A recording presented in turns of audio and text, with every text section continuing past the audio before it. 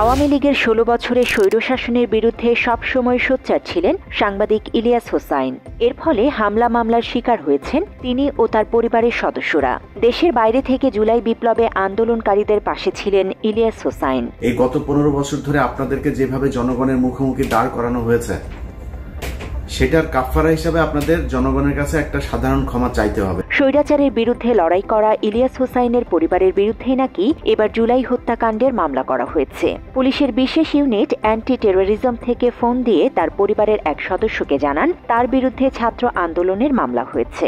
একটা ব্যাপারে, কারণ আমাদের এখানে একটা স্টুডেন্ট মুভমেন্টের একটা মামলা হয়েছে, সেই মামলাতে আপনার নাম্বারটা এখানে রয়ে গেছে। এখন একটা মামলায় আপনার নামের নাম্বার দেখলাম, মানে এই একটা মামলায় তো নানা রকম আসামি থাকে, সেই আসামির মধ্যে একটা আসামির নাম্বারে আপনার নাম। মাত্র 30% টাকায় জমির মালিক হয়ে নতুন বাংলাদেশের গড়ে তোলার স্বপ্ন দেখা বাংলা বসতি।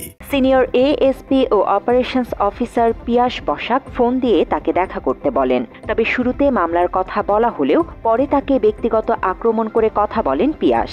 আপনার মানে বউ বাচ্চা পুরো ফ্যামিলির সবার তথ্য আমি চাইতে পারি। কথার মাঝে এএসপি পিয়াস বসাক বলেন উচ্চ পর্যায় থেকে তাকে তদন্তের জন্য বলা হয়েছে।